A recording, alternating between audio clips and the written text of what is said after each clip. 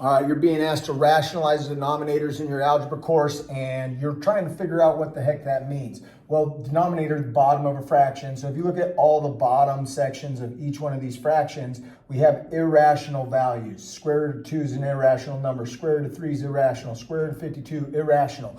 So we got to get rid of the radical on the bottom. So basically, what is rationalizing a denominator? It means getting rid of that symbol on the bottom. Whether it's a square root, a cube root, doesn't matter. We just can't have that symbol. We cannot have a radical on the bottom for a number of different reasons. We can talk about that in a different video. But for right now, let's just break down how to do it. So we want to take this right here and we want to multiply it by 1. Because if we multiply it by 1, it's not going to change the value at all. Anything times 1 stays the same. We need to keep the value the same, but in some way eliminate the radical. So instead of multiplying it by a good old-fashioned one, we got to get tricky with it, right? We've got to write this 1 value out like this. You just simply take the value that you see at the bottom, square root of 2, and to make this fraction worth 1, we just put it over the same thing. So think about 8 over 8. It's equal to 1. 9 over 9. It's equal to 1. Pi divided by pi equals 1. When you divide something by itself, it's equal to 1. So this right here is really just representing a 1. Now, why do we want to multiply by that? Because square root of 2 times the square root of 2 is like saying the square root of 2 squared. And what do we know about an exponent of 2 and a square root? They cancel each other out.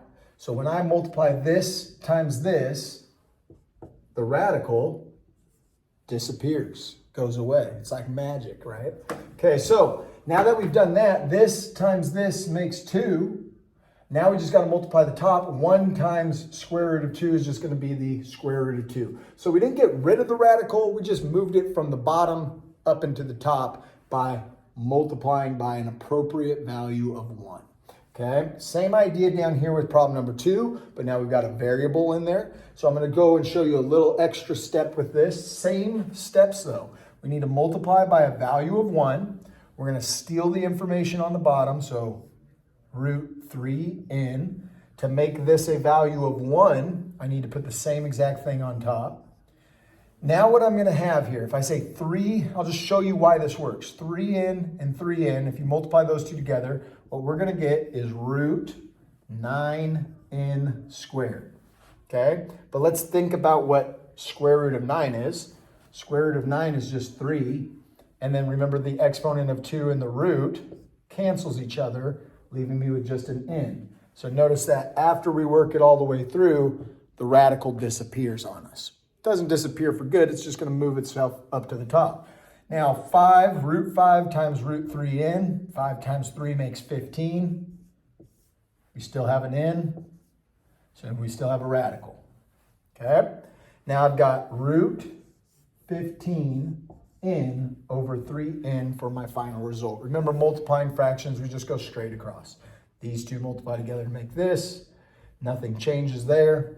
3 times 3 made the 9, but then when I square root 9, I get 3. N times n is n squared, but squaring a value that's square rooted would just eliminate the radical, leaving you with 3n.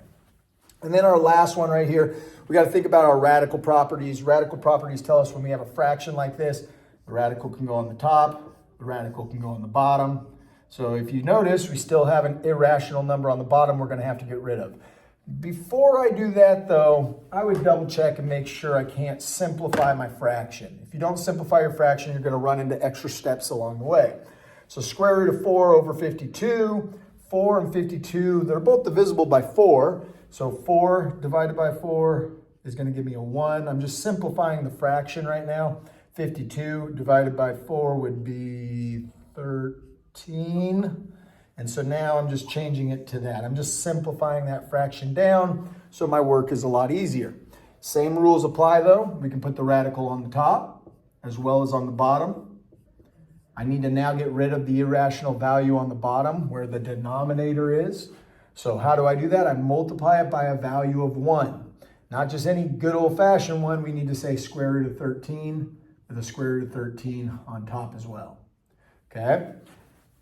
This times this is just going to leave you with 13 without the radical now because you're squaring 13, but also square rooting it. Those cancel each other out.